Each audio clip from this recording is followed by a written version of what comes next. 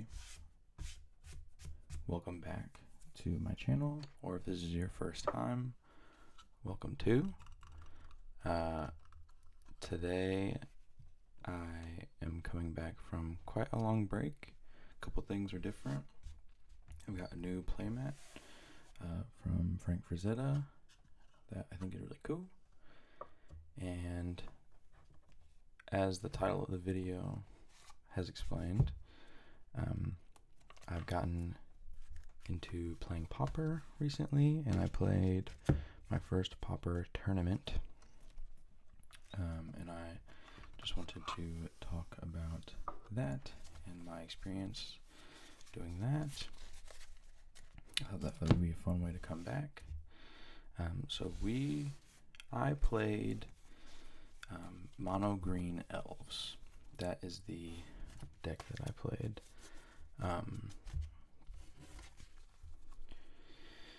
This deck is kind of notorious. If you are a commander player and haven't played Pauper, I equate elves to kind of like goblins in commander. Which, if you know, I play Krenko Mob Boss was my first commander deck that I ever built. So goblins have kind of a soft spot in my heart.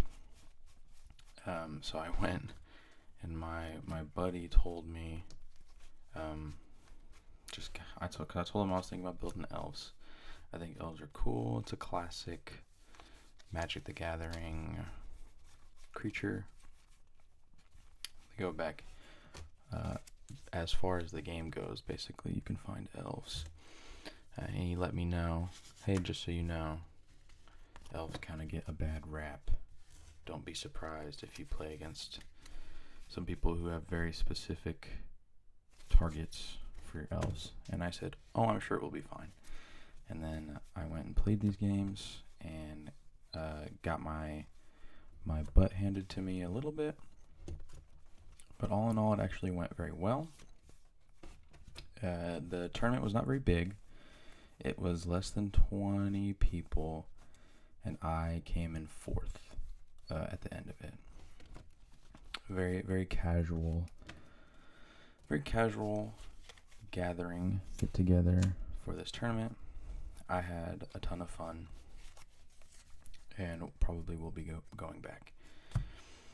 So if you have never played Pauper or don't know anything about Pauper, it is a 60 card format. So you get 4 of each card type. So it's not singleton. You get 4 of each. And the limitation on Pauper is that you have to use cards that are printed at a common rarity. So if you would open a pack and that card has a common rarity printing, that is what you have to use for Pauper. So first, let's look at some of the tokens that I have. We got some foods, clues are a big deal in Pauper, treasure token. I have some Naruto cards, some Pokemon cards, Dragon Ball Z card, Ghost Rider, and this is some extra stuff from another deck I was working on, another treasure. And then you have a sideboard. So if you've never played a 60 card format, you get a 15 card sideboard. So you can play in a typical set, a best of 3 set. You play your first game, kind of test the waters, see what your opponent is playing. And then for your second game, you can sideboard in 15. You can choose from this 15 card sideboard. So take some cards out of your main deck, say, hey, this might not really be good in this matchup, and you can add in some cards that would be good in that matchup. So that's my sideboard. We'll go over that later. But basically, elves are pretty straightforward, I want to say. So it's a very fast deck. I think you want to win before your opponent can develop. And if your opponent can develop and you're pushed into this kind of a mid-range game, you have a lot harder of a time than some other decks do. So kind of like I was showing, you play a lot of mana dorks. So you get I have 4 mystics, 4 Llanowar, and 2 Fintorn elves, all just 1 drop. Play it, tap it for a green, go on about your life. Then we play Priest of Titania, which taps to add a green to your mana pool for each elf that you have in play. And Timberwatch Elf, which you can tap to give target creature +X until end of turn, where X is the number of elves on the battlefield. So you want to very quickly play a bunch of elves and then capitalize on that with stuff like Priest of Titania and Timberwatch Elf. One of our kind of win cons is the Nyxborn Hydra. For X and a green, you can cast it, and then it will enter the battlefield with X +1/+1 counters on it. So if you make a ton of mana, you can dump it all into this Nyxborn Hydra, or you can bestow it and enchant a target creature, giving it that many +1/+1 counters and reach and trample, which is pretty good. Other cards include Lead the Stampede and Winding Way. Let me find one. Both of these are cards that let you reveal cards off the top of your library and get some creatures back into your hand. So there's no draw spells, but I'm going to play a bunch of elves. I need to refill my hand. So for 2, I'll cast a Winding Way. I'll choose creature more often than not. Sometimes it's advantageous to choose land, but 99% of the time you're going to choose creature. Then you'll reveal the top 4 cards of your library and put any of those creatures in your hand. We have Avenging Hunter in this deck as well. That's another kind of a win con, where when you cast it, you take the initiative, which is the Dungeons and Dragons mechanic. You will enter into the dungeon, and specifically the Undercity, when you take the initiative for the first time. So you get the initiative the first time, you search your library for a basic land and put it in your hand. And then the next time you'll venture into the next room, and there's a specific line that you choose. You go to the first room, and then you go to a specific second room that gives you 2 +1/+1 counters on a creature. And then the next room, you deal 5 damage to an opponent. And then the next room, you draw a card. And the next room is Throne of the Dead God or something. Usually you don't get that far. But a 5/4 for 5, where you take the initiative and immediately get a land. This is another good option just to flood your board state with land and creatures and stuff, and then pull that out. We also play Generous Ent,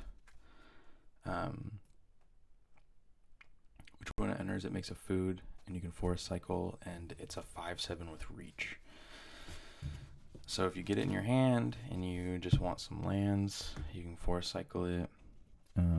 If you're playing against an opponent that has a lot of flyers, 5/7 with reach is going to pretty much be able to block any flyers that are coming at you. And then the last main key piece that we have is Quirion Ranger.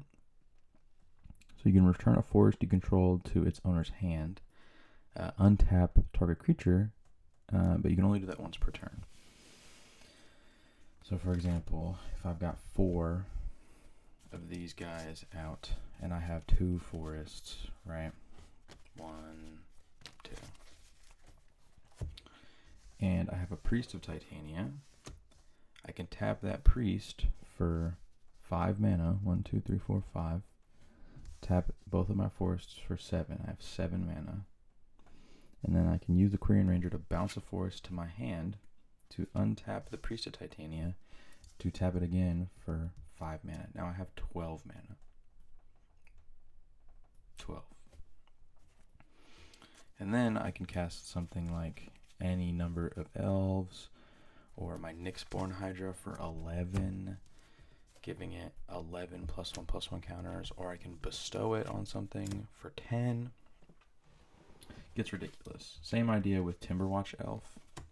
If I tap the Timberwatch Elf to give my Nyxborn Hydra or that Avenging Hunter, tap him to give him 1, 2, 3, 4, 5, 6, +6/+6, bounce a forest to my hand, untap him, do it again to give him +6/+6 again. If I do that on my Avenging Hunter, it is now a 17/16 with trample, with just a couple of elves and 2 forests. So you want to go pretty quick, want to go pretty fast. The only bit of interaction that this deck runs in the main board is going to be your Masked Vandals. I can find one. These guys let you exile a creature from your graveyard in order to exile a target artifact or enchantment an opponent controls. This is the only bit of interaction this deck runs main board. These guys are awesome because there's no graveyard recursion in this deck. So once your stuff hits the graveyard, it's fine to be exiled. Doesn't really matter that much. So my guy dies, I can exile it from my graveyard when this guy enters to exile an artifact or an enchantment. If you've got an elf mirror match, like my opponent is going to also be playing elves, I could exile their Nyxborn Hydra that's gotten really big. Or artifact lands are really big in Pauper. Specifically the indestructible bridges, the ones that enter tapped and provide 2 colors. I can play my Masked Vandal pretty quickly to exile one of those. That can be backbreaking in decks like Jund Wildfire, which is another deck that I play, or I've started playing, where they want to be playing a bridge tapped first turn in passing. So if I'm on the play, I'm going to play a forest and a Llanowar Elf. Pass, you're going to play your bridge. My second turn, I'll play a forest and play my Masked Vandal. If I can get that elf in my graveyard. Or if I can cast a Winding Way and choose land and put some creatures in my graveyard. Something like that.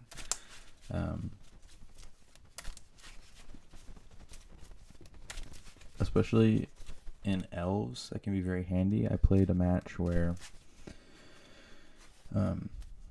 it was not uncommon to, I'm gonna be on the play, I'm gonna go first, forest, mystic, elvish mystic, pass. Their first turn is gonna be devoted to mountain lightning bolt or something along those lines to destroy my guy.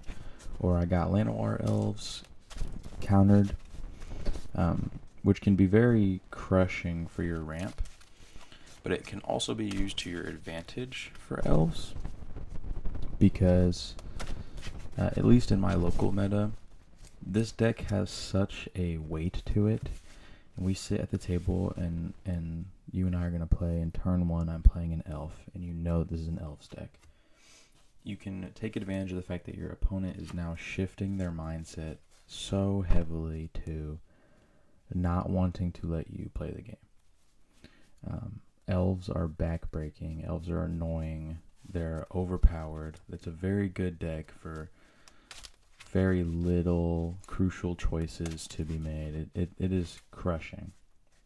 So you can kind of use that to your advantage, because if you keep a hand that has like a Winding Way or something similar, like a Lead the Stampede, it doesn't really matter to me. Spend your mana stopping what I'm doing. Spend your mana stopping what I'm doing. I'm going to have more. I will always have more elves and creatures than you will have counterspells. And this is kind of a mentality that I've taken from competitive commander, where I'm not so concerned with stopping you from winning. I would just want to win.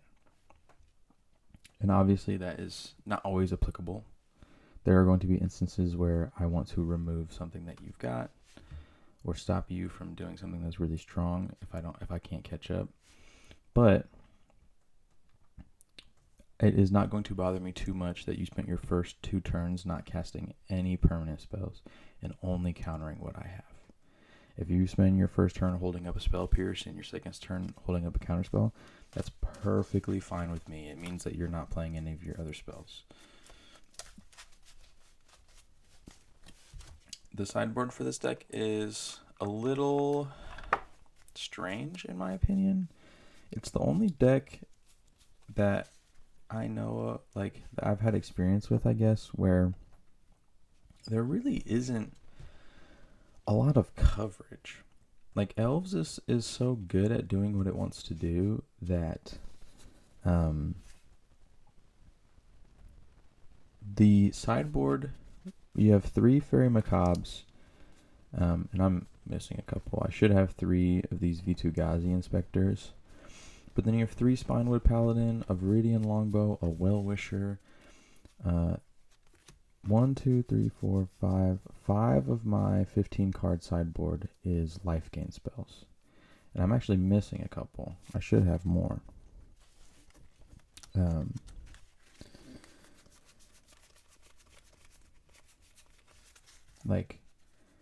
Most of your cards are spent with stuff like Well-Wisher.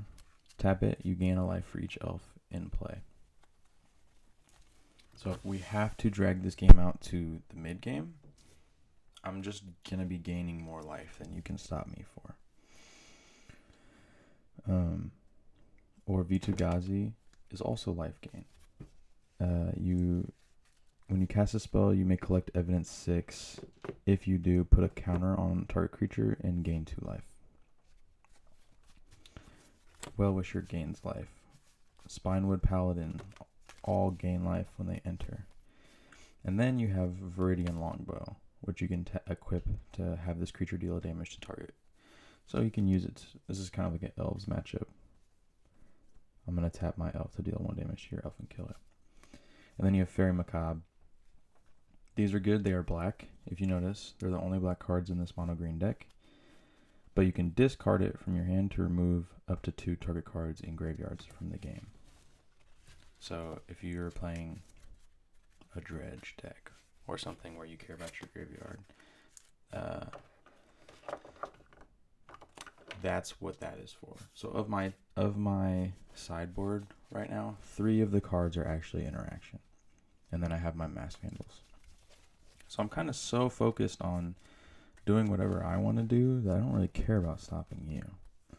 Soggy Wildling is basically just in this deck to gain life and have a Roost Seek to search for a basic land to put in your hand. Gingerbread Cabin, if it enters untapped when you control 3 forests, create a food token. It's just, this deck has 2 modes. Either win before your opponent can do anything about it, or rake your opponent over the coals until you can get an opportunity to overwhelm them. This deck is awesome. I really enjoy playing this deck. The next one that I go to, I probably will not play this deck. I had my fun with it. It's a little one note, which I like. I was telling my buddy about the reason why I like playing turbo or faster decks is not because I want to win quickly. I actually would just rather know that I'm losing. If you're playing CEDH, like the play to win guys, Dylan plays Rogsai so that you can win fast or lose fast. Because I don't really care so much about winning if I can get to turn 4 and go, okay, I know that I've lost. Let's wrap it up. I care less about winning than I do losing. So This deck did me very well. I placed 4th.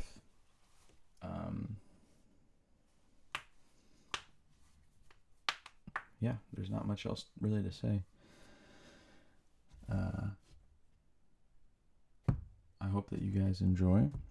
If you want me to kind of give this deck a test, I can do that in another video. Let me know if you play Pauper, what your favorite deck is. If you're one of those people that hates elves, or if you're one of those people that loves elves, let me know. And I will respond to those comments. Thank you so much for watching, and I hope you have a good one.